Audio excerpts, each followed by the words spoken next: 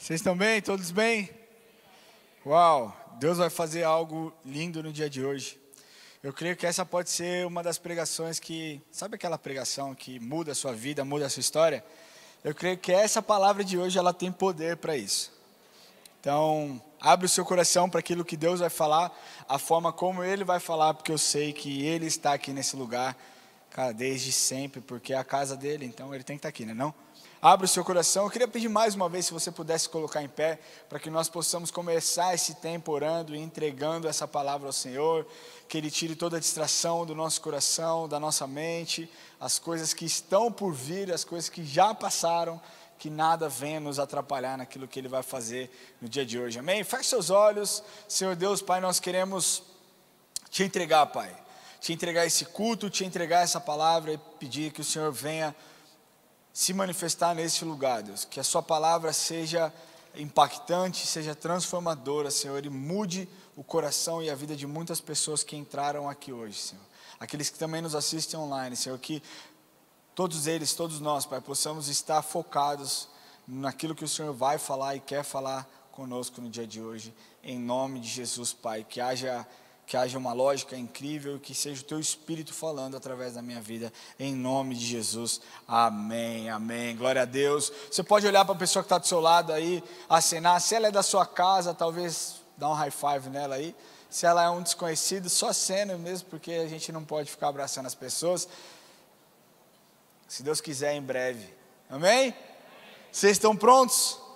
Glória a Deus. Antes de começar a palavra, como a ilustração dessa palavra, eu achei um vídeo na internet. Na verdade, eu já tinha visto esse vídeo quando aconteceu o que aconteceu, e eu queria que vocês olhassem um pouquinho esse vídeo, e eu vou explicar o porquê que eu passei esse vídeo, amém? Dá para soltar aí, família? Altobelli, eu queria que você fizesse uma primeira, para a gente começar, avaliação de como foi a prova, o que você está sentindo no momento. Estou me sentindo muito mal, chateado, porque eu sei o quanto eu treinei, o quanto eu batalhei, o quanto eu abri mão, o quanto eu me empenhei. Cara, é uma frustração muito grande, porque quando você não treina, quando você não se dedica, quando você dá migué, né, quando você vai pra festinha, pra isso e aquilo, é uma coisa. O problema é quando você abre mão de tudo isso, né, se isola, e aí você vê e espera um resultado bom, ótimo resultado, e acontece isso que aconteceu. Eu, sinceramente, eu fico sem entender, e minha vontade por dentro é de chorar, porque eu treinei pra caramba, treinei muito pra estar aqui. Família, por que eu estou passando esse vídeo para vocês? Porque quando eu vi esse cara falando no dia que ele acabou perdendo e não chegou até as finais, cara, cortou o meu coração. Eu fiquei muito triste. Porque a gente não sabe muito bem o que um atleta de alto rendimento, ele abre mão para estar onde ele está. E o tema dessa mensagem é conquista, a glória de Jesus sobre os viajantes, mas sempre quando a gente fala de conquista, a gente lembra automaticamente de competição. Porque dentro de uma competição, obrigatoriamente, você tem aquele que ficou em primeiro lugar e aquele que não ganhou. Agora, aos olhos de quem esse atleta é um perdedor? Porque aos meus olhos, eu não consigo olhar um cara que foi para as Olimpíadas e achar um cara um perdedor, um fracassado. No final da entrevista ele fala, as pessoas falam, mas você já está nas Olimpíadas, você já é o vitorioso, mas já que eu estou aqui eu quero ganhar. Eu entendo isso. Só que infelizmente, os homens, eles têm essa questão de comparação. Esse é melhor do que eu sou melhor do que aquele. E a comparação, na maioria das vezes, ou ela vai te ensoberbecer, ou ela vai te diminuir a um lugar que você não tem que estar. Se nós falarmos em competição, em Olimpíadas, pensa só, o Brasil nessa última Olimpíada teve, se eu não me engano, 302 atletas, representando uma nação de 211 milhões de pessoas. A gente não consegue mensurar e não existem dados e números que mostram a quantidade de atletas profissionais que existem no Brasil. Futebol dá para a gente ir, se a gente entrar no site da CBF, a gente consegue achar que no ano de 2016, por exemplo, havia mais de 18 mil atletas profissionais de futebol. Mas nós não sabemos, o Brasil é um país, cara, que pratica muito esporte, por mais que na maioria das vezes concentrado em futebol, nós somos um país que, na grande maioria, eu acredito, algum esporte a gente pratica. E, na verdade, quando a gente vê um testemunho desse, de um cara que se dedicou, que abriu mão, que, sabe, cara, abdicou de tanta coisa, faz com que nós possamos refletir sobre a nossa conduta dentro do Evangelho. Porque muitas vezes no Evangelho a gente acha que a gente também tem que se comparar com outras pessoas e que o Evangelho é uma competição. Eu quero te dizer que o Evangelho não é uma competição. Eu não preciso ser maior do que o Lamartine. Eu não preciso ser maior do que David Leonardo. Eu não preciso ser maior, eu preciso ser efetivo com as ferramentas que Deus me deu para que eu use. E o que acontece é que muitas vezes você trava, você congela porque você se compara a mim, ou você se compara a outro pastor. Esse é o maior erro que você pode cometer. Porque, meu amigo, se eu for me comparar com os apóstolos da igreja primitiva, eu estou lascado. E você também. Então, o primeiro ponto que eu quero te dizer aqui, a competição do mundo, tem que existir um vencedor e um perdedor, mas na competição do reino, na conquista do reino, todos ganham. Então, se o David Leonardo está impactando milhões e milhões de pessoas, glória a Deus. Se você talvez impacte 5 pessoas, glória a Deus, mais pessoas vindas para o reino. Não é assim que funciona? Você está comigo? Só que é o seguinte, da mesma forma que um atleta tem que abrir mão de festa, como ele mesmo disse, tem que abrir mão de sair com família. Eu vou contar uma história para vocês. Eu estava num hotel com a Érica no ano passado, e a Bruna e o Tim, meu cunhado, e o Jô do Corinthians estava lá. Ele estava na fase tiriça, como dizem. Estava brabo. E ele vindo na minha frente assim, e eu lá, né? Pô, tô na piscina, bermuda, só que eu estava com uma bermuda da Ryan Grace Jiu-Jitsu, né? E é uma bermuda que você olha e você fala, o maluco tem cara de que briga, mas eu não brigo, né? Sem camiseta, ele vindo na minha direção, eu com o Enzo aqui, ó, de mão dada. Eu falei, Enzo, é o Jô. Aí ele passou por mim, e aí, Jô? Só que eu acho que eu falei muito efusivo, ele nem olhou para trás. Falei, cara, o cara tá achando que eu vou cobrar ele aqui, eu não queria cobrar não. Aí eu falei para ele, eu não vou te cobrar não, cara, só quero falar que eu sou corintiano, eu tiro uma foto com meu filho, aquele, claro, desculpa aí e tal, não sei o quê. O cara não tem paz. O cara não tem paz. Um atleta de futebol que tem visibilidade não tem paz, não consegue ir para o shopping. E essas pessoas, esses atletas de alto rendimento, eles abrem mão de muitas coisas que muitas vezes para nós a gente só foca na fama, a gente só foca no dinheiro, mas esquece que por trás existe um ser humano que tem sentimentos. Eu não estou aqui defendendo atleta não, você vai entender onde eu vou chegar.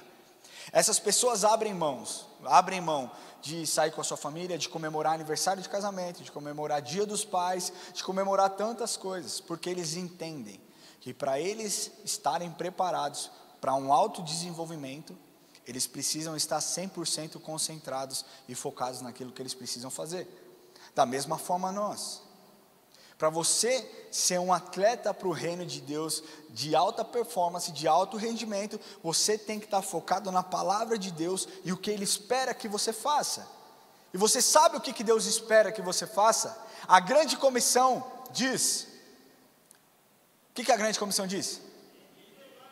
Ir de pregar o evangelho para toda criatura, para todo mundo. O seu foco é esse, meu querido. Então eu já estou te dando norte para a sua vida aqui. Ramon, eu não sei o que fazer. Pronto, você já entendeu que o que Deus espera de você é que você pregue o evangelho onde quer que você esteja.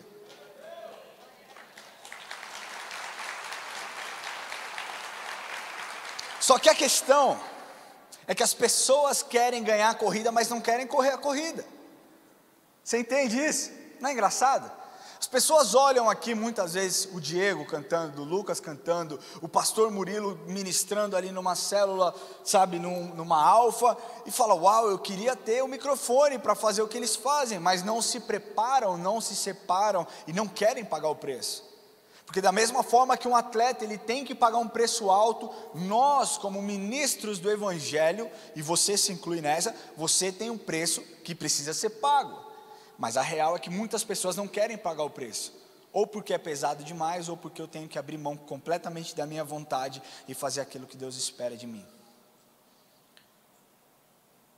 A real é que esse preço pago dentro do Evangelho é um preço que custa, e custa caro, porque custa a sua moral, custa a sua postura, custa o seu ego, o seu orgulho. E a verdade é que muitas pessoas não querem quebrar isso. Mas hoje tudo pode mudar na sua vida. Não se acanhe não, porque Deus está falando com você hoje, e você vai sair daqui transformado em nome de Jesus. Porque hoje você vai ser inspirado pelo Espírito Santo. Quando eu citar 3 grupos de pessoas incríveis, que conquistaram e vão conquistar a grande corrida, através da glória de Jesus, sobre cada um deles, vocês vão sair daqui impactados. E hoje eu vou abordar, pensando nesse tema, conquista, a glória de Jesus sobre o viajante, sobre os viajantes. Eu quero mostrar para vocês, que mesmo na nossa caminhada com Deus, se você realmente quiser ter conquista, a glória de Jesus será derramada sobre a sua vida, mas você precisa pagar o preço, amém? E eu vou abordar, na história do cristianismo, desde a vida dos apóstolos até os dias de hoje, para que você entenda o preço a ser pago e a conquista que vai ser derramada sobre a sua vida, amém? Então eu vou falar a respeito de 3 grupos, e o primeiro grupo que eu quero falar é a conquista dos apóstolos. Eu queria que você abrisse a sua Bíblia em Atos 1, esse versículo é um versículo muito comum, é um versículo muito citado, que muitas pessoas sabem, mas eu quero ler com vocês Atos 1, 7 e 8, vamos ler. Quem já abriu a Bíblia, diga aleluia. Diga assim: eu canto um aleluia. Aí, a maioria abriu a Bíblia. Agora quem não cantou, eu já sei que não, brincadeira. Vamos lá? Atos 1, 7 e 8 diz assim: então os que estavam reunidos lhe perguntaram: Senhor, será este o tempo em que restaures o reino a Israel? Respondeu-lhes: não vos compete conhecer tempo ou época que o Pai reservou pela sua exclusiva autoridade, mas recebereis poder ao descer sobre vós o Espírito Santo, e sereis minhas testemunhas, tanto em Jerusalém, como em toda a Judéia e Samaria, até os confins da terra. Pula para Atos 2, isso aqui é a profecia daquilo que Jesus falou. Aí Jesus subiu e falou para o pessoal: rapaziada, é o seguinte, vocês ficam esperando aí em Jerusalém, que vai chegar o dia que vai acontecer uma coisa extraordinária, vocês serão inundados com a presença do Espírito Santo. E eles ficaram lá reunidos esperando quietinho. E aí no capítulo 2 do livro de Atos, a descida do Espírito Santo vem. Vamos ler Atos 2, versículo 1 e 2. Ao cumprir-se o dia de Pentecostes, estavam todos reunidos no mesmo lugar. De repente veio do céu um som, como um vento impetuoso, e encheu toda a casa onde estavam assentados. Pula ao versículo 3, vamos para o versículo 4, só a primeira parte. Todos ficaram cheios de quem? Não, pode falar mais alto. Todos ficaram cheios. E é assim que Deus faz, meu querido. Sabe por quê? Porque quando o Espírito Santo desceu sobre a vida daqueles discípulos, o Espírito Santo encheu aquelas pessoas de ousadia, autoridade e alegria. O Espírito Santo não falou para eles: ó, vai ser tranquilo, fiquem em paz, a gente vai conquistar o mundo, e vocês vão ver em 2020, 2021, nem corona vai impedir. O Espírito Santo não falou isso, o Espírito Santo simplesmente encheu a vida deles, de cada um daqueles que estavam naquela casa, com ousadia, autoridade e alegria. E aí deixa eu te falar que a manifestação do Espírito Santo, ela atrai as pessoas para a presença de Jesus, para que Deus seja glorificado. Se o Espírito Santo se manifesta na sua vida, é para que as pessoas vejam Jesus e para que Deus seja glorificado. Tudo que a gente faz nessa igreja aqui tem um propósito: atrair a presença do Espírito Santo para que você que não conhece Jesus possa conhecer, e para que o Pai seja glorificado. É por isso que nós estamos aqui, é por isso que você viu crianças de 7, 8, 9, 10 anos dançando, se entregando para Jesus. Nós queremos um ambiente, uma atmosfera onde o Espírito Santo venha e que Ele faça algo extraordinário, para que você conheça quem de fato Jesus é e para que Deus seja glorificado. Desculpa. E fato é, família, que as conquistas do passado nos trazem para onde nós estamos agora, hoje. Se hoje nós temos um evangelho incrível, um evangelho de transformação, se hoje nós temos entendimento da palavra de Deus, se hoje nós temos livros para ler, é porque pessoas no passado pagaram um preço muito alto para que chegasse, de certa forma, completamente mastigado para cada um de vocês, e para mim também. Eu tenho um livro lá onde eu estudo que mostra detalhadamente a opinião de vários teólogos, e isso é incrível. Horas e horas e horas e anos e anos e anos de estudo derramado para que nós pudéssemos enxergar esse evangelho.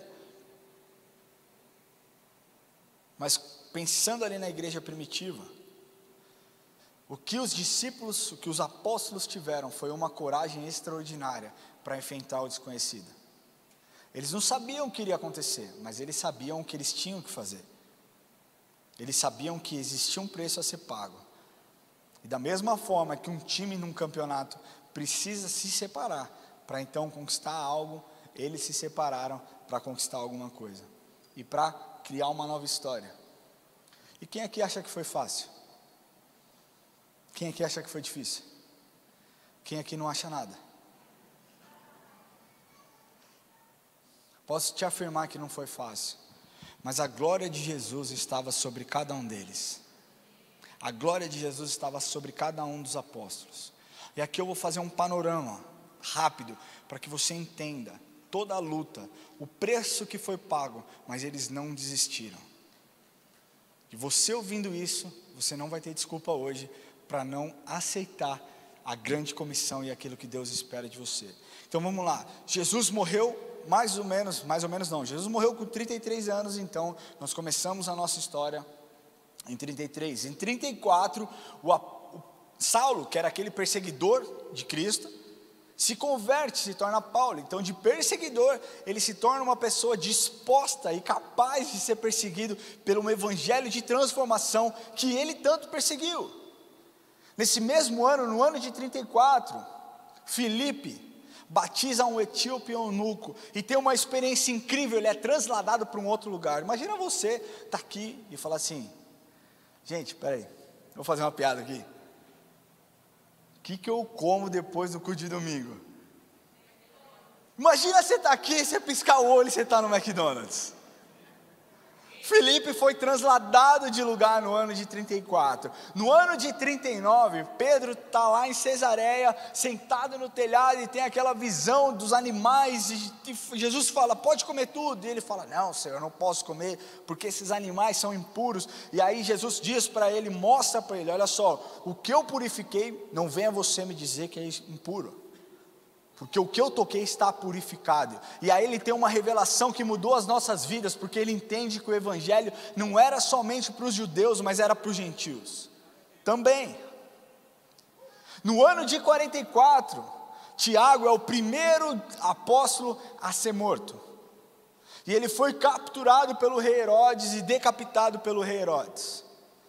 Aí no ano entre 47 e 48 foi a primeira viagem missionária de Paulo. Paulo viajou 1.900 quilômetros, num tempo onde não existia avião, num tempo onde não existia carro. Paulo perseverou. Você acha que foi fácil? Ele sabia do preço que ele tinha que pagar para levar o evangelho, para que todas as pessoas pudessem ouvir e ter a vida transformada assim como ele teve. Entre 51 e 54 é a segunda viagem missionária de Paulo. Paulo anda mais 4.300 quilômetros mais ou menos. 4.300 quilômetros. entre o período de 51 e 54, mas nesse meio tempo coisas foram acontecendo. A vida dos apóstolos se resume a Paulo. No ano de 52, Tomé decide, cara, ir evangelizar e abrir uma igreja na Índia. E aí Filipe, aquele mesmo que foi transladado, é apedrejado e morre na Turquia.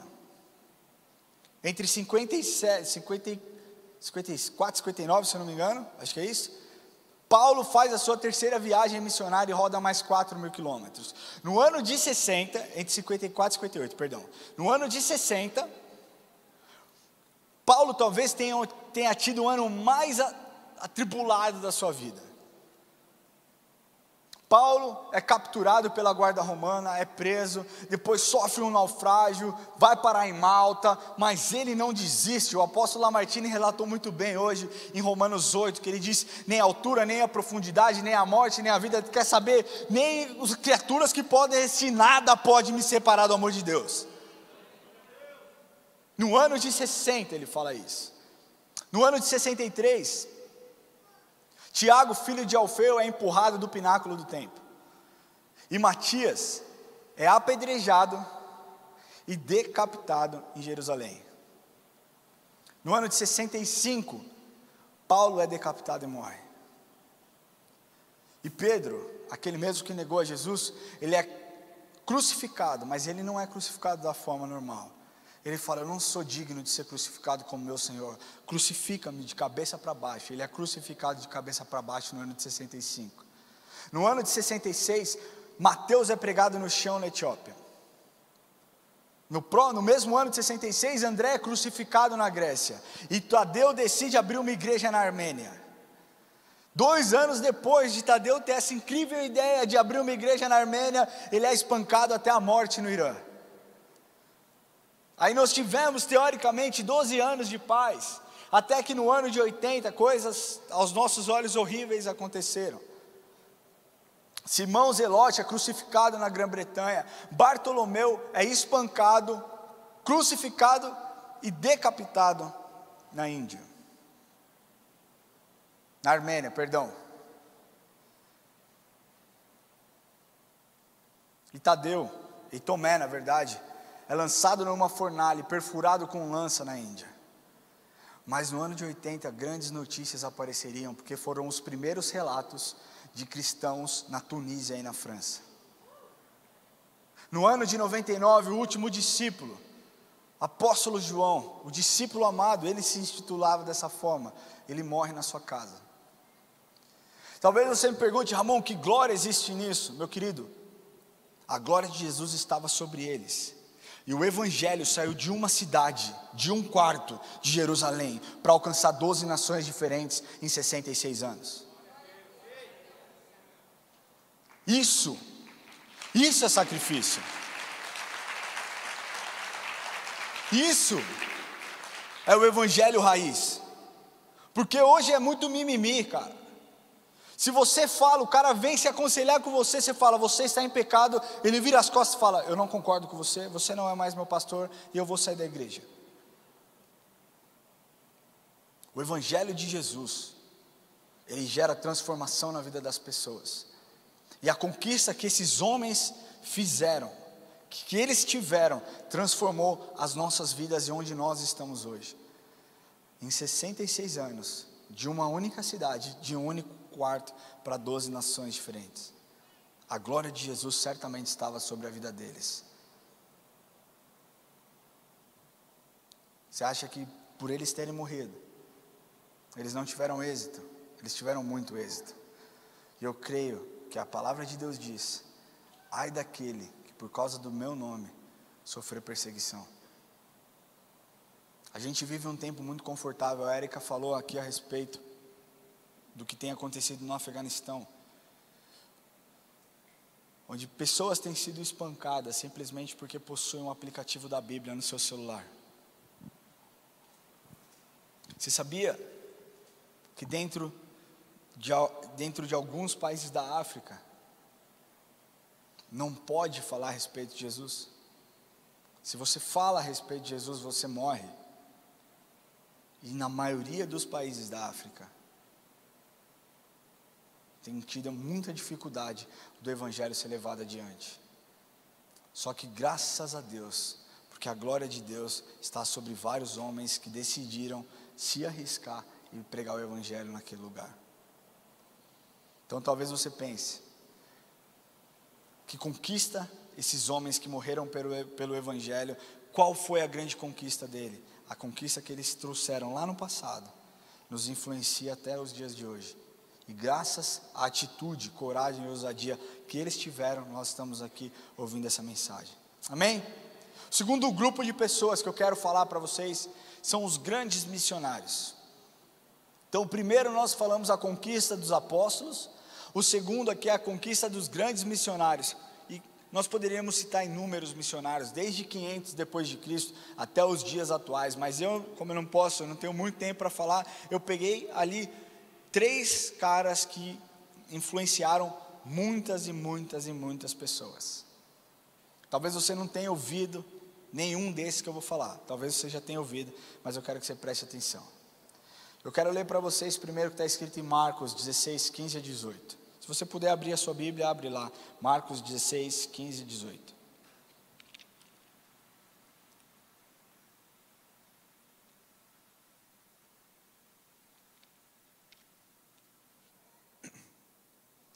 Diz assim: e disse-lhes: ide por todo o mundo e pregai o evangelho a toda criatura. Quem crer e for batizado será salvo, quem porém não crer será condenado. Estes sinais hão de acompanhar aqueles que creem. Em meu nome expelirão demônios, falarão novas línguas, pegarão em serpentes, e se em alguma coisa mortífera beberem, não lhes fará mal. Se impuserem as mãos sobre os enfermos, eles ficarão curados. Nessa passagem aqui, Jesus aparece para os discípulos depois da sua ressurreição. E a ordem de evangelização que Jesus dá para esses discípulos de forma direta, precisa ecoar em nós até os dias atuais. Quem concorda com isso? Amém? Então a gente está na mesma página. E por esse mundo já passaram vários missionárias e missionários, pessoas que transformaram milhares e milhões de pessoas. E a primeira que eu quero citar para vocês aqui é um homem em inglês que chama William Carey. Quem aqui conhece William Carey? Quem já ouviu falar de William Carey? Quem aqui já ouviu falar de o pai da missão moderna? Alguém já ouviu falar? É esse cara aqui, o pai da missão moderna. Eu vou explicar um pouco a história dele para vocês. William Carey nasceu em 1761 na Inglaterra.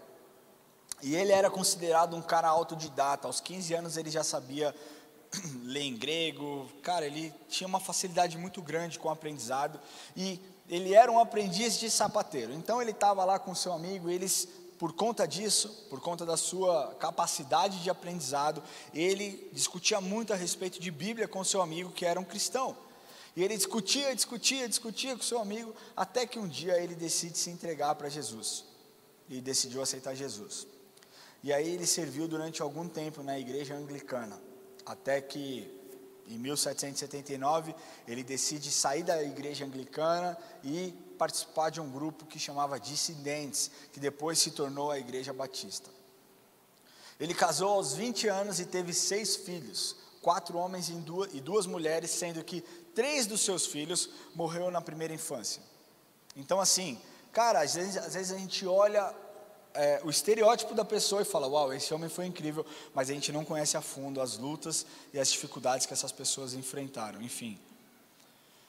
Em 1785, Carey foi tentar ser ordenado pastor, mas não conseguiu, foi reprovado na ordenação pastoral, mas ele não se entregou, ele continuou persistindo, ele continuou pagando preço, até que em 1787, 2 anos depois, ele conseguiu ser ordenado pastor.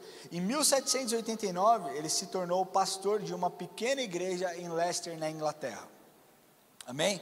No ano de 1792, ele publicou uma obra chamada Uma Averiguação da Obrigação dos Cristãos de Usar Meios para a Conversão dos Pagãos. É grande, né, o nome dessa obra? Mas é uma obra que você pode achar até os dias de hoje. E essa obra ela fez tanto sucesso que ela mobilizou milhares e milhares de pessoas para a missão transcultural. Nesse mesmo ano, 1792, Carey decide se mudar para a Índia junto com a sua família. Então a gente chega em 1801. onde ele estava lá servindo na Índia, e ele traduz o Novo Testamento da Bíblia para a língua bengali. Quem já ouviu falar dessa língua? Bengali é uma das línguas mais faladas do mundo, cerca de 300 milhões de pessoas falam essa língua, junto com português, inglês, espanhol, mandarim, são as línguas mais faladas em todo o mundo, tá?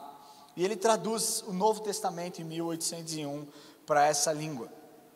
Em 1818, em 1809, ele traduz a Bíblia inteira, ele termina a Bíblia inteira e traduz a Bíblia inteira para essa língua. Aí em 1818 ele fundou uma faculdade de treinamento de pastores e missionários indianos.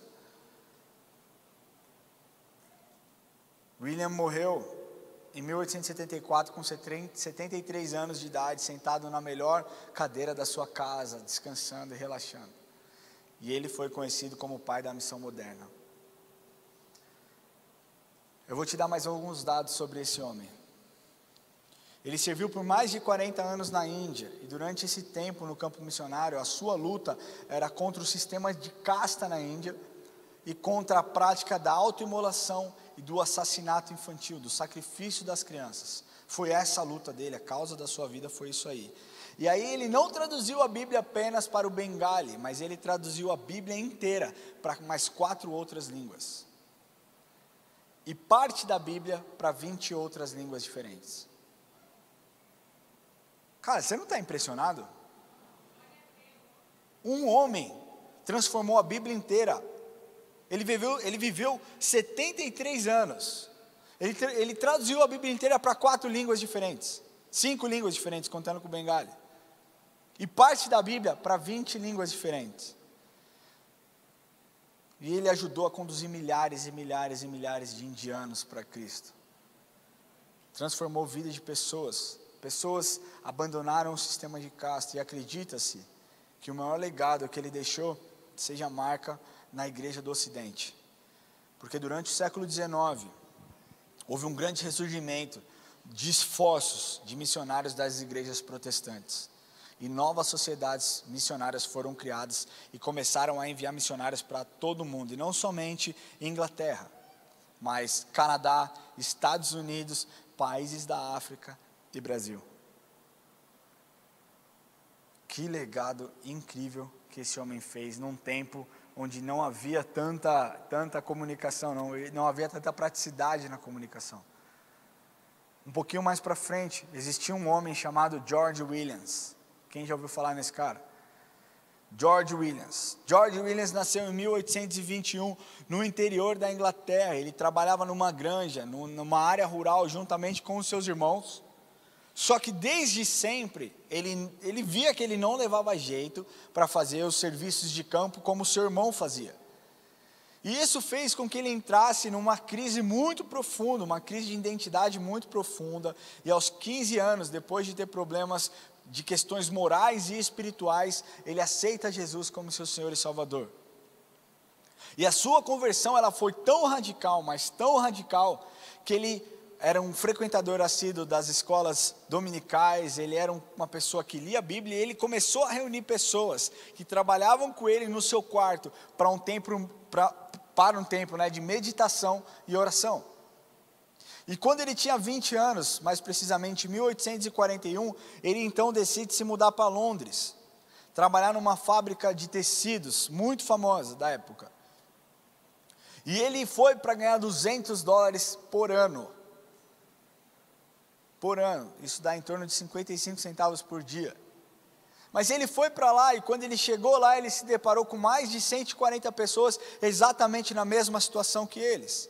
Jovens, sem dinheiro, sem perspectiva, com o desejo de ter um tempo de diversão e uma educação diferente, que se mudaram do campo para uma cidade grande. E ele decide lutar para que aquilo... está aparecendo um negócio ali, acho que é isso. E ele decide lutar para gerar nessas pessoas uma nova expectativa de vida. Então ele começa a reunir essas pessoas para que essas pessoas tenham um tempo de oração. E ele continua fazendo oração e meditação com essas pessoas dentro da sua casa. Ele traz as pessoas para dentro da sua casa. Só que essas reuniões foram tomando uma proporção tão grande, e pessoas de outras fábricas, e de outras lojas, e de outros comércios, e de outras casas foram aparecendo, que ele já não tinha mais espaço, já não comportava mais em sua casa. Então ele teve uma ideia. Ao invés de eu reunir as pessoas, a gente vai separar os grupos. E nós vamos até a casa das pessoas. Célula. Foi isso que ele fez. A gente, ao invés de reunir todo mundo, um grupo de pessoas no mesmo lugar, nós vamos até essas pessoas. E isso foi extremamente efetivo. E ele decidiu, junto com essas pessoas, lá em 1844, fazer uma reunião para definir as características e as diretrizes para que eles tivessem um pensamento uniforme e eles conversassem da mesma forma. E aí, meu amigo, em 6 de junho de 1844, foi então fundada uma associação que se faz presente até os dias atuais. Young Men Christian Association. Nos Estados Unidos, mais conhecido como YMCA. Aqui, mais conhecido como ACM, Associação Cristã de Moços. E essa reunião trazia como um objetivo principal. Quando George Williams fundou esse grupo, o seu objetivo principal, segundo ele, relatos, buscar a cooperação dos jovens cristãos para difundir o reino de Deus entre outros jovens e promover reuniões espirituais entre os demais estabelecimentos de Londres. Esse era o objetivo dele. E talvez você pense, isso foi o objetivo dele, hoje isso não passa de um clube. Não importa se passa de um clube, o que é hoje, o que importa é a quantidade de vidas que ele transformou lá em Londres naquele tempo. Você sabia que a ACM hoje tem mais de 18 mil, está em mais de 18 mil lugares, em mais de 120 países diferentes, com mais de 45 milhões de associados, sob uma unção, embaixo de uma bênção, porque segundo os diretores, ainda hoje, isso eu tirei de uma entrevista que um dos diretores da ACM no Mundial disse, as grandes transformações do mundo moderno não modificaram as bases fundamentais do trabalho da ACM. Tanto William Carey como George Williams foram pessoas que saíram da sua zona de conforto, foram pessoas que decidiram ir para o desconhecido e impactaram milhares e milhões de pessoas. Talvez você pense, Ramon, mas isso é muito distante da nossa realidade, então eu vou trazer mais para perto. Esse último exemplo que eu quero dar, Reinhard Bonnke, quem já ouviu falar desse homem? Esse homem eu acompanhei de perto o seu ministério. Ele era um alemão e se converteu aos 9 anos de idade, depois de ser confrontado pela sua mãe por conta de um pecado que ele cometeu. Não se sabe qual pecado foi, mas fato é que ele ficou tão arrependido, e com 10 anos ele decide fazer sua primeira viagem missionária na África. E lá ele tem uma experiência tão profunda com Deus, tão profunda com o Espírito Santo, que ele ouve uma voz muito clara e um chamado para o campo missionário africano, antes mesmo dele se tornar um adolescente. Então ele volta para a Alemanha, faz seminário no país de Gales, se torna pastor, é ungido pastor e se torna pastor de uma pequena igreja no ano de 1908, até que no ano de 1967, ele e a sua esposa decidem abrir mão de tudo que eles têm, da sua vida, da sua igreja, para então obedecer aquele sonho que ele teve há muito tempo atrás, quando ele tinha 10 anos. E ele muda com a sua família para um pequeno país na África chamado Lesoto. Em 1974, ele diz nos seus relatos que o Espírito falou com ele através de um sonho, que a África seria lavada pelo sangue de Jesus. Em 1974, ele diz que através de um sonho, o Espírito diz para ele que a África seria lavada pelo sangue de Jesus. E ele sempre falava sobre saquear o inferno e povoar o céu. E o seu ministério foi movido com coisas sobrenaturais acontecendo. Se nós subirmos lá novamente em Marcos 16, diz assim o final: expelirão demônios, falarão novas línguas, pegarão em serpentes, e se alguma coisa mortífera beberem não lhes fará mal, e se impuserem as mãos sobre os enfermos, eles ficarão curados. Isso foi o que moveu o ministério de Reinhard Bonnke. Até que depois dessa visão ele decide abrir o seu ministério chamado Christ for All Nations, que está ativaço até os dias de hoje, comandado lá por Daniel Kolenda, o sucessor dele, muito bem treinado e fazendo um trabalho incrível lá nos Estados Unidos. Aliás, a base é nos Estados Unidos, mas é na África, né? Mas eu quero dar alguns dados para vocês. Ele era chamado de evangelista. Suas reuniões comportavam cerca de 800 pessoas, mas foi crescendo, foi ganhando corpo, foi ganhando formato, até que ele não podia mais comportar 800 pessoas, estava tão grande as suas cruzadas e as suas viagens missionárias e evangelísticas, que ele encomendou, no ano de 1984, a maior tenda móvel do mundo, com capacidade para 38 mil pessoas. E ele inaugurou essa tenda, só que ficou pequena, em pouco tempo ficou pequena, e ele teve que expandir, ele teve que começar a fazer em céu aberto, ele teve que começar a abrir, fazer outros serviços, até que em 2000, numa cruzada chamada Cruzada do Milênio, mais precisamente em novembro de 2000, tiveram mais de 1.600.000 pessoas na sua cruzada. A Érica, cadê a Érica? Está aqui? Eu conheci uma pessoa, uma menina que estudou comigo, uma nigeriana. Estudou lá, a Érica não me deixa mentir. Ela estudou comigo, fez college comigo, e ela disse que ela se converteu em uma das cruzadas dele. E era tanta gente, mas tanta gente, que ela demorou 3 dias para chegar na casa dela. As cruzadas dele na Nigéria é para 15 milhões de pessoas. É um negócio absurdo o que esse cara fez. O que ele viu? Eu posso reunir essas pessoas, então eu vou investir em um sistema de som incrível, fenomenal, para que todo mundo me ouça. E foi assim que ele fez, E infelizmente, no ano de 2019, ele acabou falecendo por conta de um câncer que ele tinha lutado. Mas a gente crava facilmente que mais de 20 milhões de pessoas se converteram durante as suas cruzadas. Cara, eu te desafio a olhar. Christ for all nations. All nations, todas as nações, Cristo para todas as nações. Entrem no site dele e vejam. Se você olhar lá recordes de conversões em cruzada, 3 milhões e meio na Nigéria, 4 milhões não sei aonde, 1.600.000 pessoas. Deus faz, e Deus usou desses homens para transformar milhares e milhões de pessoas. O que nos leva ao terceiro grupo de conquista, a conquista dos peregrinos. Quem aqui é um peregrino? Deixa eu te falar uma coisa, que as conquistas do passado nos trouxeram para onde nós estamos hoje, nos dias atuais. O que os apóstolos fizeram, o que esses missionários fizeram, e tantos outros, tantas mulheres que foram missionárias, que mudaram o mundo, que quebraram paradigmas. Eu não poderia ficar citando uma por uma aqui, mas foram muitas pessoas que fizeram com que o cristianismo continuasse vivo, meio à perseguição, e meio a tantas coisas, ele continuou vivo e nos trouxe para onde está. E eu quero dar alguns dados para você.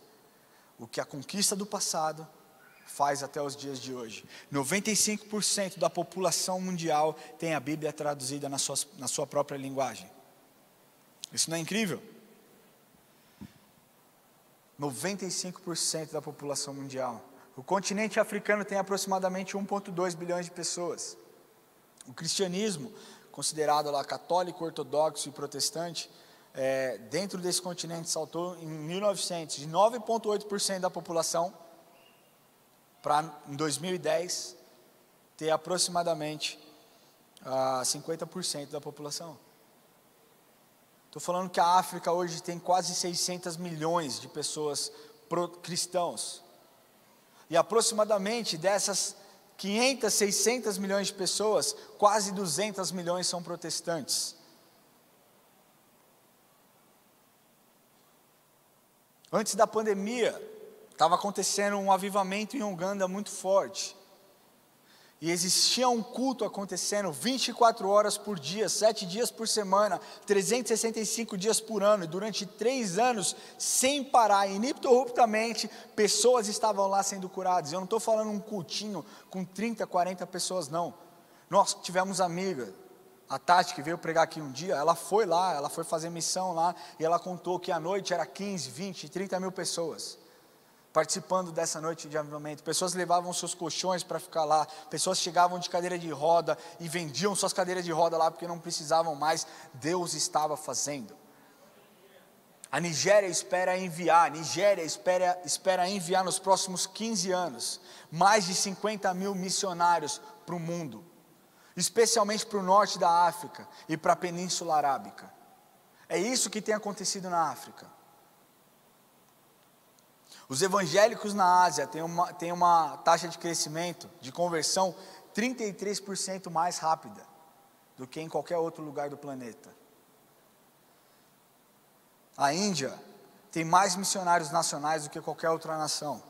A Coreia do Sul substituiu o Reino Unido como o segundo país que mais envia missionários para outros lugares. No ano de 1900, somente 17% de todos os cristãos do mundo estavam entre África, Ásia e América Latina. Hoje, até o ano de 2010, que foi a última pesquisa, 63% dos cristãos estavam entre África, Ásia e América Latina. Existe um filme Jesus, chamado Jesus, que foi lançado em 1979, numa época em que não existia internet, em que era visto simplesmente por olhos. E por conta do engajamento dos missionários, esse filme foi visto por mais de 200 milhões de pessoas e traduzido para mais de 1.400 línguas diferentes. É isso que o Evangelho faz.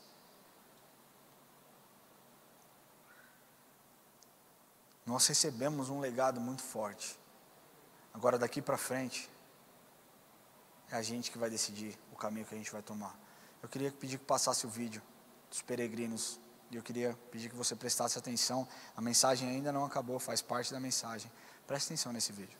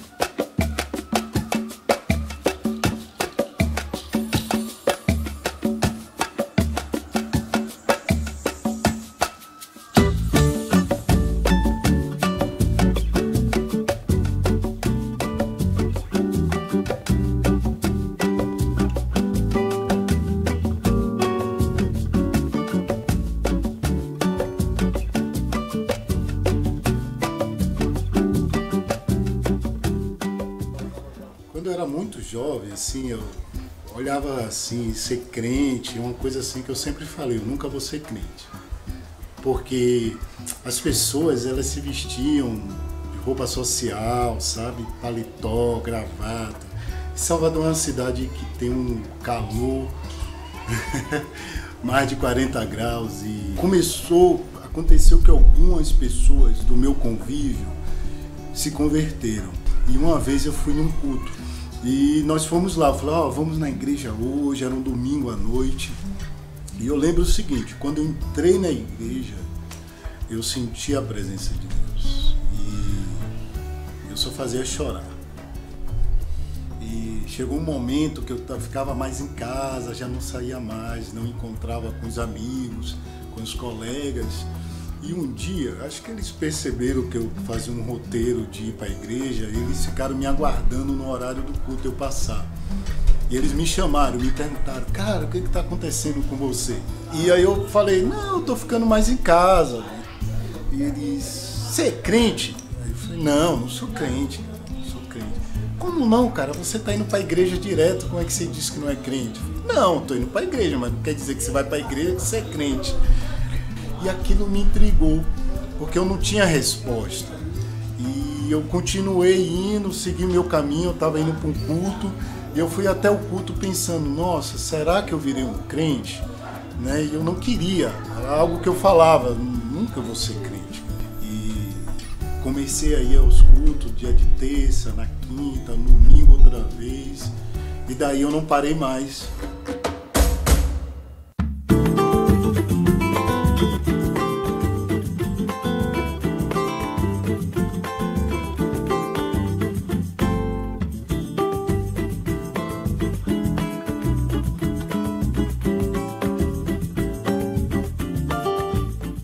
Na fase da infância, eu era meio que a ovelha negra, né? Tipo, então eu era o filho rebelde. Tipo, eu não aceitava provocação, sabe? Tipo, na escola, se provocava, eu brigava. Eu era filho de crente, mas não era crente, né? E eu estudei música, a família, meu pai e minha mãe são músicos, meu pai é regente de coral, de orquestra. Tinha situações que a orquestra era convidada para tocar em outras igrejas e nós íamos tocar e saía do culto para ir pro bar, fazer bagunça e voltava antes de acabar o culto. E numa dessas a gente estudava no colégio adventista e tinha uma menina nesse colégio que assim, era gatinha, tal, né, era bonita, era desejada. Por quê? Porque ela era difícil, assim. A galera falava, não, vai na fulana, vai na ciclana, mas não adianta ir nessa que não rola. E aí, resumo da ópera, eu fui atrás dessa menina até que eu cheguei a namorar com ela. Só que realmente ela era crente, né? Comecei na igreja com ela, comecei a participar de culto com ela. Nesse meio tempo, eu comecei a fazer curso da igreja dela. E esse namoro durou 3 anos e pouco. Nessa situação foi quando eu comecei a buscar realmente conhecer quem era Deus. E aí eu comecei a entender que isso não foi obra do acaso, e sim já era Deus trabalhando, né? E foi isso que aconteceu comigo. Foi a isca que ele usou para me pescar.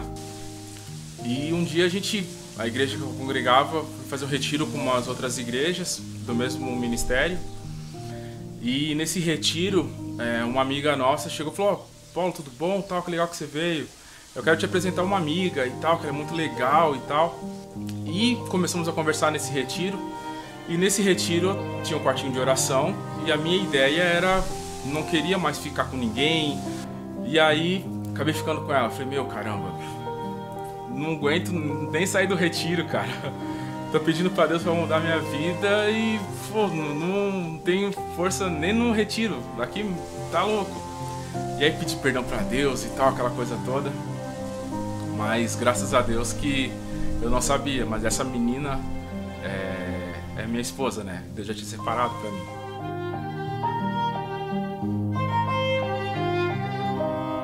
E a gente tava em Joinville, e a empresa que eu trabalhava lá veio pra cá, pra Goiânia. E eu permaneci lá porque minha esposa não queria ficar longe da família dela e tal. E ela disse que se Deus fosse da vontade de Deus de nós virmos pra cá, Deus iria mudar o coração dela. O coração dela estava fechado. Tinha se passado 3 anos. Minha esposa chegou e falou, amor, lembra que a gente conversou que se fosse da vontade dele de nós irmos lá pra Goiânia também, ele iria mudar meu coração? Falou, então, eu não quero mais ficar aqui. Eu quero ir. Eu sinto que, assim, não é pra gente estar mais aqui. Nosso tempo aqui acabou. Aí eu falei assim, mano, eu nem sei se meu pai quer mais que eu vá trabalhar com ele. Foi quando eu liguei pro meu pai. E aí minha mãe já escutou e disse que era a resposta da oração dela também, porque ela também estava orando sobre isso. E Deus nos trouxe pra cá. E quando a gente chegou aqui, com expectativas e tal, foi que começou o nosso deserto. Comecei a questionar a Deus se as profecias eram realmente para mim, se ele tinha esquecido ou se eu tinha feito algo tão ruim que eu tinha perdido a chance de viver o que ele tinha para mim.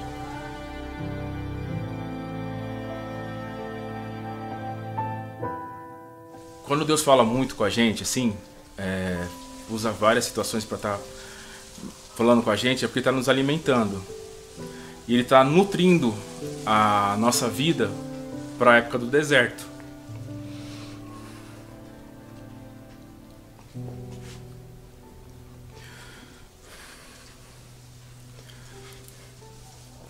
Porque no deserto, teu único alimento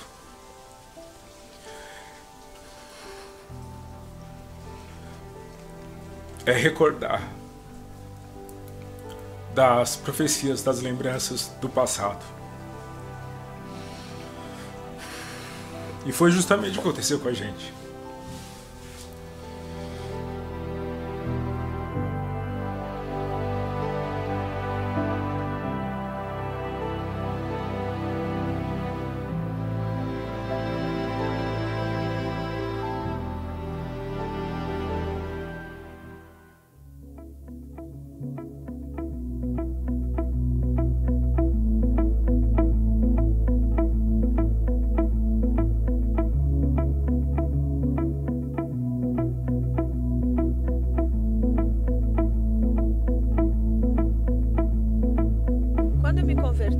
O meu marido não era convertido, mas quando eu comecei a busca pela conversão dele, eu lembro que na igreja tinha um curso chamado Casados para Sempre, e era meu sonho fazer, só que era curso de casais, como é que eu ia fazer sozinha? E um dia ele surgiu lá em casa e falou assim: amor, eu ganhei uma viagem para assistir a Fórmula 1, tudo pago. Tudo, hotel, viagem, refeição, eu não vou pôr um tostão do meu bolso. O que você acha? Cheguei na sala e falei: tudo bem, meu amor, você vai, mas você vai para a Fórmula 1, mas você vai fazer o curso comigo. Topa? Não, ele queria ir, o que você acha? Na hora. Vou sim, não. Ele foi para a Fórmula 1 e veio mais uma formatura do Casados. E ele se sentiu acolhido e começou a participar. Eu lembro bem, era um domingo de manhã, um domingo à tarde, nós estávamos em casa e ele virou para mim e falou assim: que horas são? Eu falei: 5 e pouco. Ele falou: ótimo, o culto é 6h30. Vamos levantar, tomar banho e vamos para a igreja. Eu falei: ué, por quê? Ele falou: porque hoje eu vou me batizar. Oh, coisa gostosa de se ouvir. E ele ainda levou meu irmão junto para batismo. Ligou para o meu irmão e falou: cara, tá na hora da gente se batizar. Vamos embora. Foi maravilhoso.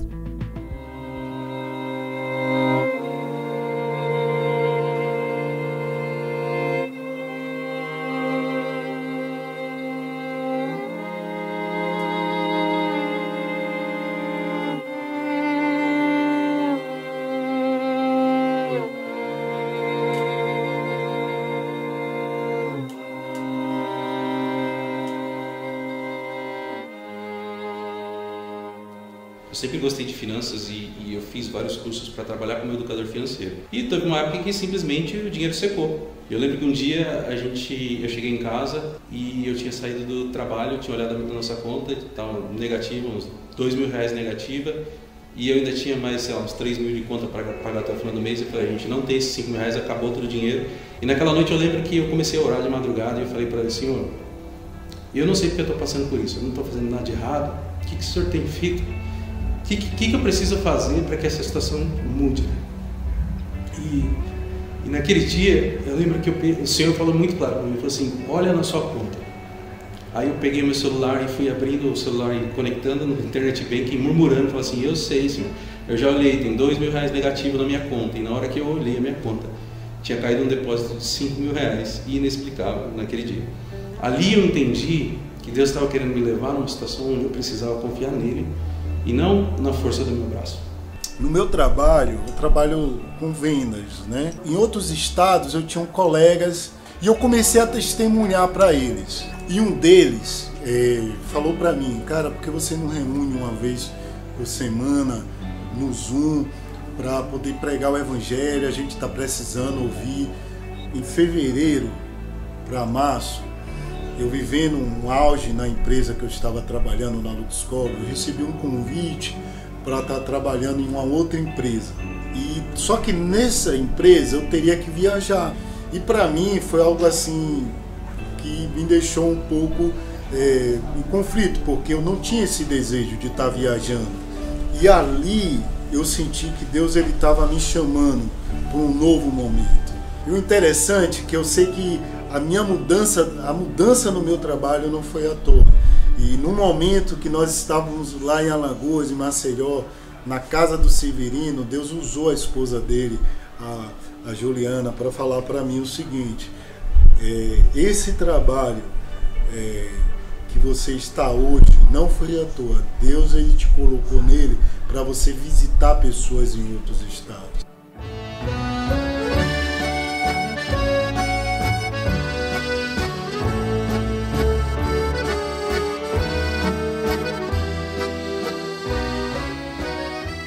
A gente viramos as costas para Jesus durante 25 anos. Ao ouvir o pastor Lamartine, que a gente começamos a entregar de novo. Entrar de novo, estamos assim, não vale a pena só ouvir, mas agora temos que falar. Temos que compartilhar. Temos que falar para os nossos amigos, para os nossos colegas, para a nossa família. Teve um dia que minha esposa estava vendo um vídeo, e esse pastor estava um vídeo com o pastor Lamartine. Nós vimos o projeto da mentoria e imediatamente a gente quis entrar. Aí nessa mentoria, aí os pastores falaram, vocês vão estar liderando, vocês vão estar abrindo a Alfa e tal. Ligamos para o pastor Israel e dissemos, pastor, olha, a gente sentimos no coração e Deus falou agora muito forte com nós. A gente estamos dispostos a abrir uma célula de oração aqui e foi assim. Abrimos a célula de oração, começamos a falar de Jesus aos franceses. Agora temos bastantes franceses na nossa célula e é assim, ao cabo de 25 anos, Jesus foi nos buscar novamente e eu acho que a gente agora vem com mais força, preparados para ganhar este país para Ele. E quando foi esse momento de abrir uma Alfa, de mudar de emprego para algo que eu não sabia para o que seria, como seria, e o Senhor me levou a estar proclamando o Evangelho em outros estados, senti que eu precisava sair dessa zona de conforto e caminhar. Nesse momento que eu tomei essa decisão, eu senti assim que Deus ele me chamou, ó, confia em mim, se entrega. E esse primeiro ano foi muito difícil porque o trabalho ficou pesado. E quando chegou no final do ano, eu me lembro que eu questionei para Deus, eu falei, Senhor, será que eu entendi alguma coisa errada? Porque a gente está com as mesmas pessoas que começaram no primeiro dia, não tem ninguém novo, parece que está sempre difícil para eu conseguir ministrar, porque o trabalho está consumindo tanto. Será que a gente está fazendo a coisa certa? Será que eu entendi a coisa certa? Ou será que tem alguma coisa errada? Porque eu não estou vendo isso. E Deus começou a me mostrar pequenos detalhes de dias que às vezes eu estava extremamente cansado, que eu tinha trabalhado muito, que eu nem tinha preparado a ministração, e eu desconectava de uma reunião do trabalho, conectava na reunião do Zoom para ministrar, e naquele dia uma pessoa tinha sido curada por uma oração que eu fiz. Naquele dia uma pessoa recebeu uma palavra e ela falou, era essa palavra que eu precisava ouvir. E Deus começou a me mostrar que mais importante do que os números, do que a quantidade, do que o status, eram as pessoas que estavam sendo impactadas. Tem um local do templo que está sendo construído, a gente alugou um outro local que vai ser o estacionamento. No meio tinha uma oficina mecânica e um dia eu senti de madrugada orando que Deus falou, olha, eu senti Deus falando, no dia que o inquilino da oficina sair, você aluga essa oficina também. E aí quando eu fui apresentar o projeto para o dono do galpão, porque eu tinha mexido bastante, eu ia fazer ele gastar muito mais, né?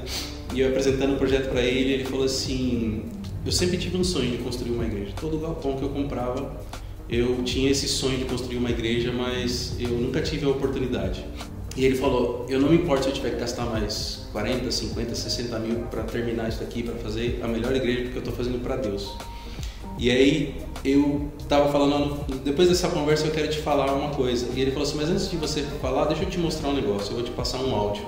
E era o áudio do inquilino daquela oficina, falando assim, olha, não sei o que aconteceu, eu fui muito abençoado, e eu consegui comprar a antiga oficina que eu trabalhava, então eu estou saindo daqui, estou migrando para lá e estou te devolvendo esse galpão esse mês. E aí eu falei para ele assim, era isso que eu ia falar para você, que eu ia alugar esse galpão, mas eu imaginava que era daqui a 2 anos quando terminasse o contrato dele. Mas já que o galpão ficou vago agora, eu vou alugar agora. E isso acelerou muitas coisas. Tudo aquilo que ia começar em janeiro, agora a gente vai começar esse mês.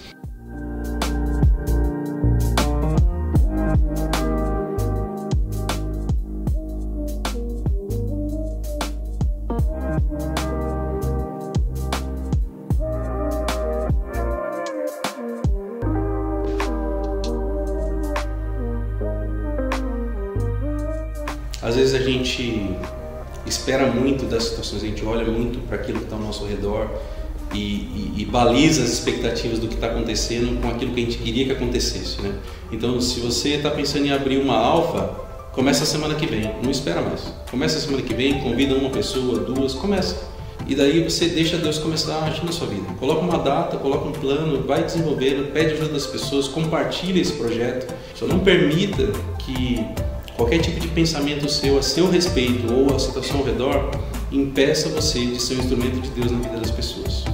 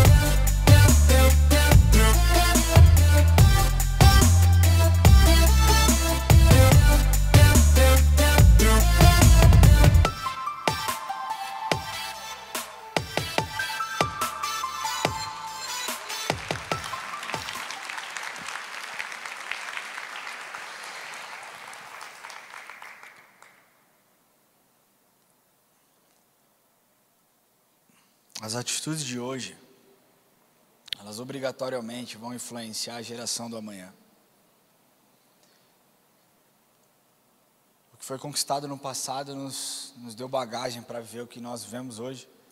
E o que nós conquistamos hoje vai dar bagagem para que os nossos filhos vivam, para que outras gerações possam ter acesso a coisas extraordinárias, de pessoas e conquistas espetaculares. Nós, como YA Church, estamos avançando, nós queremos escrever a nossa história. Mas, individualmente, você durante esses 5 domingos de aniversário da YA Church, no primeiro domingo nós falamos a respeito do Deus que traz luz ao caos, que traz cura à doença, que traz, santidade àqueles que se arrependem, que não pecam e que não desejam mais pecar. No segundo culto nós falamos a respeito de chamado, que você precisa exercer o seu chamado onde você estiver, independente se você está no seu trabalho, se você está na igreja, que você não precisa de um púlpito, que você não precisa de um microfone para falar a respeito de Jesus. No terceiro culto nós falamos a respeito de discipulado, e nós entendemos que nós precisamos ser discípulos de Cristo. E as marcas que um discípulo de Cristo carrega, que é amar a Deus acima de qualquer coisa, que é ser generoso, que é não negociar seus valores. Semana passada nós aprendemos com a Érica aqui a respeito de perseverança, que nós devemos perseverar na sabedoria, que nós devemos perseverar no silêncio, que nós devemos perseverar na oração. E hoje nós estamos falando a respeito de conquista. E eu quero encerrar dizendo que a história de todas essas pessoas foi uma história incrível, de muita dedicação, comprometimento e amor a Deus. Que agora é a sua vez de escrever a sua história. Existe um texto, Romanos 1,16, que para mim é um dos textos mais lindos que tem, que diz assim: pois eu não me envergonho do Evangelho, pois é a salvação, pois é o poder de Deus para a salvação, primeiro dos judeus, depois dos gentios. Eu queria falar para você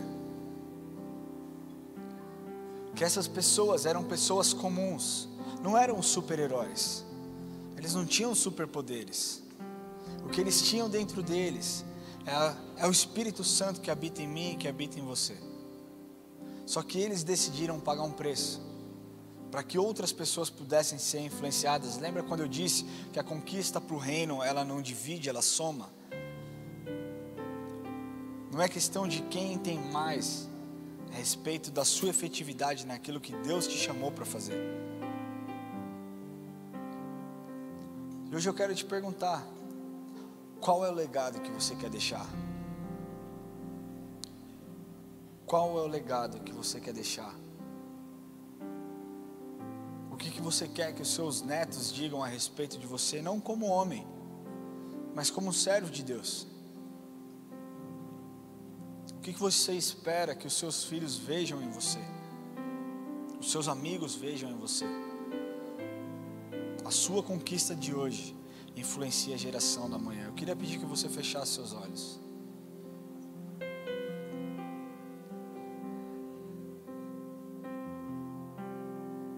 Tudo isso que eu falei aqui só tem sentido para aqueles que um dia confessaram a vida e confessaram a Jesus como Senhor e Salvador. Por isso meu primeiro apelo é para você que nunca entregou o seu coração para Jesus. Porque realmente nós estamos falando aqui a respeito de uma caminhada de transformação através do Evangelho. E a maior enganação que tem sido dita nos dias de hoje é que todos os caminhos levam para Deus. Deixa eu te falar, balela, mentira, enganação de Satanás. Jesus um dia disse: eu sou o caminho, a verdade e a vida, e ninguém vai ao Pai senão por mim.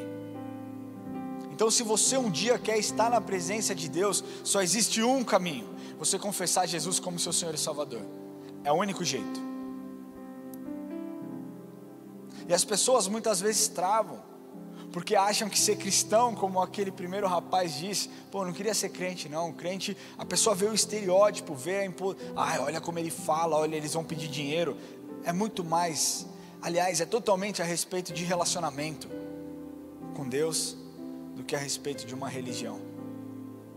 Aqui nós podemos passar a doutrina que nós acreditamos e a doutrina que nós seguimos, mas é a sua decisão de entregar o seu coração para Jesus e falar: Senhor, a partir daqui eu quero que o Senhor dirija os meus passos e dirija os meus caminhos. Existe alguém que deseja fazer uma oração de confissão e dizer: Senhor, eu entrego o meu coração para o Senhor, para que o Senhor me ajude a transformar outras pessoas. Existe alguém que deseja fazer essa oração, uma oração entregando e confessando a Jesus como Senhor e Salvador? Se você está aqui e deseja fazer essa oração, levante a sua mão, eu quero te ver, eu quero falar com você. A igreja fica de olho fechado para que ninguém aqui se sinta constrangido. Existe alguém que deseja fazer essa oração? Você que está na internet, se você deseja fazer essa oração, existe um QR Code na sua tela. Então aponte a câmera do seu celular, entre em contato conosco, nós queremos orar com você, nós queremos liberar uma palavra de Deus sobre a sua vida, nós queremos te ajudar na sua caminhada com Deus. Então existe o QR Code aqui na tela, mas se você está aqui, quem aqui, do lado esquerdo tem alguém aqui que levantou a mão? Ali, glória a Deus pela sua vida. Existe mais alguém? É sobre isso, é sobre vida se entregando, vida se reconciliando. Existe mais alguém que deseja fazer essa oração? É a sua hora, levante a sua mão bem alto para que eu possa ver. Bem alto para que eu possa ver. Você não está sendo exposto, ninguém aqui está te olhando. É você e Deus, meu amigo. É aquilo que Deus vai falar com você no dia de hoje.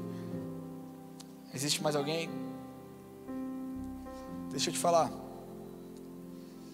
Se eu tivesse que montar essa pregação de novo, só para você, eu teria feito exatamente igual. Porque a palavra de Deus diz que uma vida vale mais do que 1000. Talvez essa mensagem tenha sido a mensagem que o Senhor decidiu para que você pudesse se encontrar com Ele hoje. Isso mostra o tamanho do Deus a quem você vai se entregar. Isso mostra o quão amada você é. Pense num auditório com mais de 400 pessoas. Deus falou com você hoje. Eu quero pedir que você coloque a mão no seu coração e que você repita essa oração comigo. Fale assim: Senhor Jesus, eu entrego o meu coração em tuas mãos.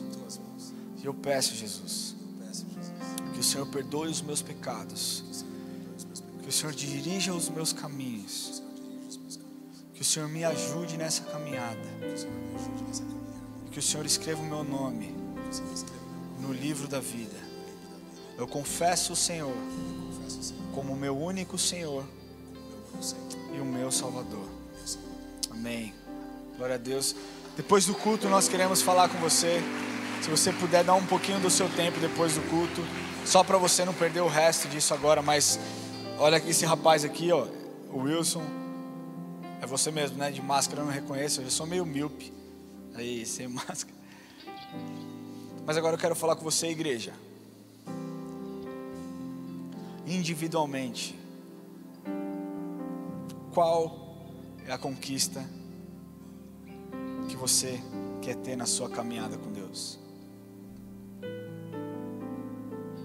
Não se compare a essas pessoas, não se compare ao apóstolo Paulo, não se compare a George Williams, não se compare a tantos outros, não se compare a Andy Bird, não se compare a ninguém.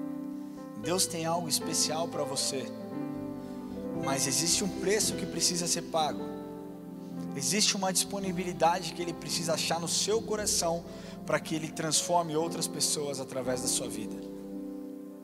Se você está aqui no dia de hoje e quer realmente ser usado por Deus para impactar as gerações do amanhã, começando agora, eu quero pedir que você levante do seu lugar. Não faça um voto de tolo, esse é um voto seu e Deus. Se realmente você quer ser usado por Deus para transformar pessoas, levante do seu lugar.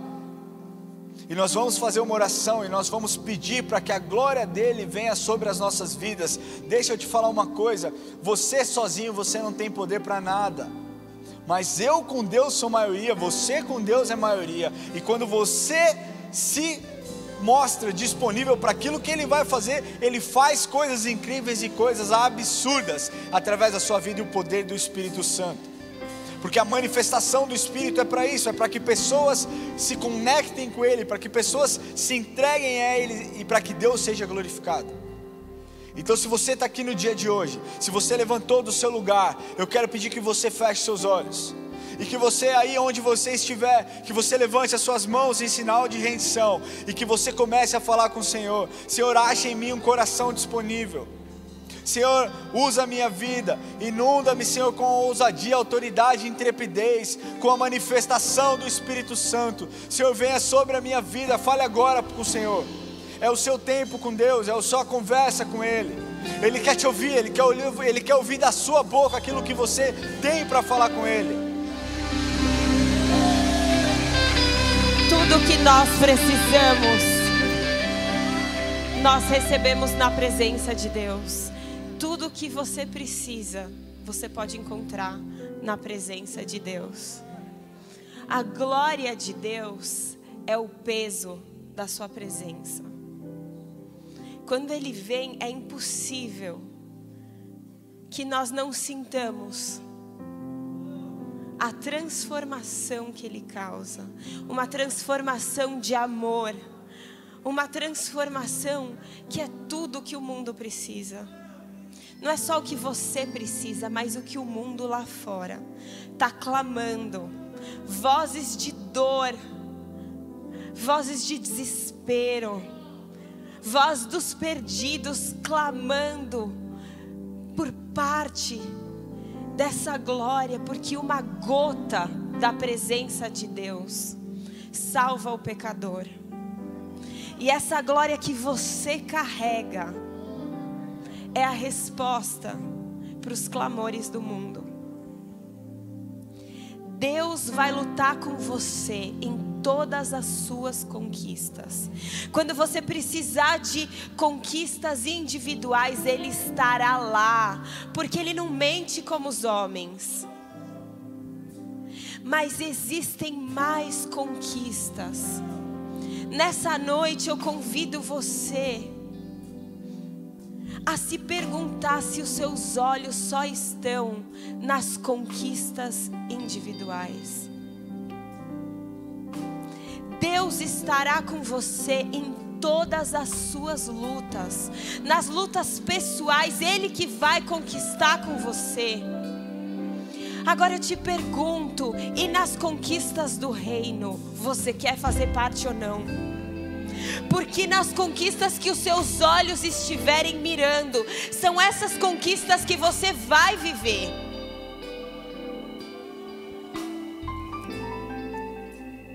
Eu te pergunto hoje, se você quer ser um cristão que passa por essa vida conquistando para o reino ou não.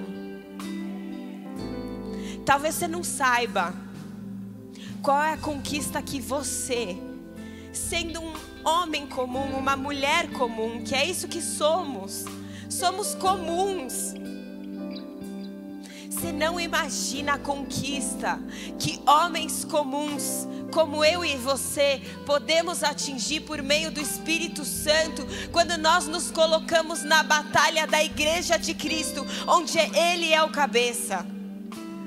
Ele é a cabeça de um corpo que tem se movimentado para que a vontade de Deus seja estabelecida. Agora abra sua voz para dizer junto com o Espírito: seja feita a sua vontade, assim na terra como no céu. A vontade dele é para você, a vontade dele é para nós, mas a vontade dele se expande para fora dessas paredes, para lugares que ainda não foram conquistados. E o Espírito clama hoje: venha junto nessa batalha. Não viva uma vida de superficialidade, sendo vendido para uma cultura humana que não faz parte do cristianismo. Porque a conquista do cristão é a conquista de Deus. E no caminho tudo será acrescentado. Buscai primeiro o reino de Deus e a sua justiça, e as demais coisas vos serão acrescentadas. Esse é o resumo da sua conquista. A sua conquista precisa ser essa: caminhar na conquista de Deus. Talvez você não saiba, mas você pode tomar a decisão hoje de fazer parte da luta que esses homens lutaram. E hoje nós colhemos os frutos, mas ainda virão pessoas depois de nós que precisam dessa transformação de amor que só o Evangelho de Jesus traz. Você pode fazer parte. Você pode fazer parte. Então eu quero pedir agora, se você deseja, você está sentindo o mover do Espírito Santo aqui onde Ele te convida, venha ser um conquistador em meu nome. Um conquistador de almas, aquele que luta para povoar o céu, porque existem filhos perdidos, ovelhas desgarradas que precisam ser resgatados. Se você deseja fazer parte dessa conquista, eu peço que você levante a mão comigo agora.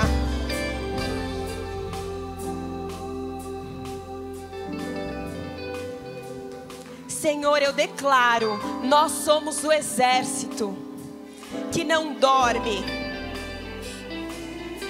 Se até hoje, Senhor, nos últimos dias, meses, anos, estávamos adormecidos, nós declaramos agora, Senhor, somos um exército que não está mais adormecido. Agora eu peço, Senhor, o Senhor diz em Atos 1:8, recebereis poder. Está aqui um exército de mãos levantadas dizendo: eu quero testemunhar aquilo que muda a vida do homem, aquilo que muda a vida da mulher. É um exército clamando para ser testemunha viva. Então eu peço, Espírito Santo, venha com poder. Venha com poder, poder do sobrenatural, porque enquanto o mundo é um mundo de palavras vazias, nós seremos um exército de palavras cheias de poder.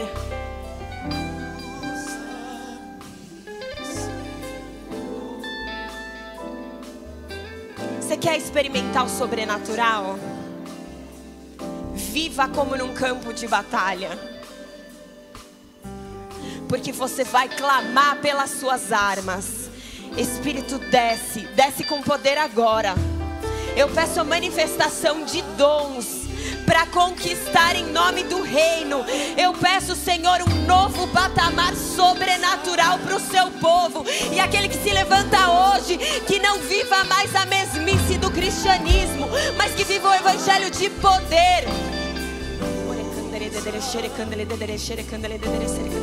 As famílias que precisam ser conquistadas, você vai ser o agente dessa conquista na sua casa. Se você ainda não conquistou a sua casa para Jesus, eu declaro, Senhor, poder dentro das casas, em nome de Jesus. Se você ainda não conquistou seus melhores amigos, eu declaro poder para testemunhar que Jesus é Rei e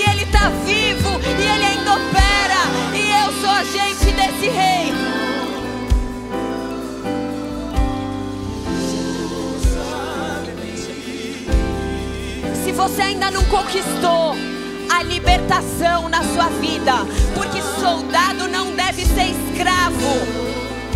Se você está amarrado em alguma amarra espiritual de pecado, eu declaro poder da libertação que só vem por meio do Espírito Santo.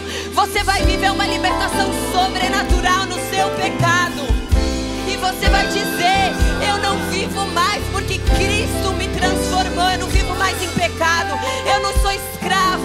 E esse seu testemunho vai ser o poder para libertar outros cativos.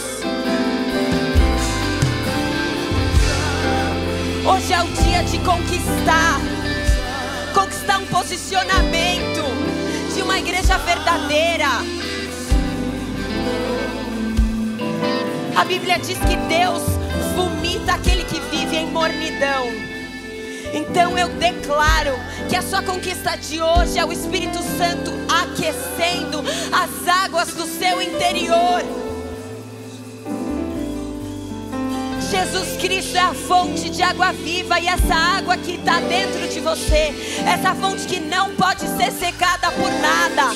Você não pode secá-la, o pecado não pode secá-la, o inimigo não pode secá-la. Eu declaro que as águas em você serão aquecidas, para que você lembre a partir do que você está inserido, o corpo de Cristo, um corpo que deve ser imaculado, poderoso, guerreiro, soldado, transformador. Aleluia, Senhor. Pai, nós te louvamos e te agradecemos por esse tempo, por essa palavra, Senhor. Nós pedimos que nós já recebemos a sua glória que se manifestou nas nossas vidas, para que nós possamos agir com o mesmo espírito de ousadia, de intrepidez, de autoridade, para transformar as pessoas. Deus, nós precisamos de Ti, Senhor. Nós precisamos do Senhor. O Senhor tem o nosso coração, o Senhor tem a nossa devoção, o Senhor tem tudo aquilo que nós somos. Nós queremos Te dar tudo que nós temos. Por isso, Pai, nós Te louvamos pelo que foi derramado sobre as nossas vidas no dia de hoje. E que o dia de hoje, Pai, seja um marco na vida de todas essas pessoas que estão aqui. Deus, nós não saímos da mesma forma. Nós saímos daqui empoderados pelo Teu Espírito. Nós saímos daqui cheios da Sua presença. Cheios, Pai, para que a manifestação do Espírito aconteça através das nossas vidas. E que pessoas se encontrem com o Senhor. Que pessoas Te conheçam. Que vidas sejam libertas, Deus. Nós pedimos e nós Te louvamos pela vida dos Teus filhos. E pedimos que o Senhor os leve em segurança. Que eles tenham uma semana incrível, abençoada. Debaixo da Sua presença, debaixo da Sua glória. Deus, que nós não percamos mais tempo, Senhor. Que nós sejamos objetivos. E que nós saibamos pagar o preço, para que o Seu nome seja exaltado, Deus. Nos ajude, em nome de Jesus.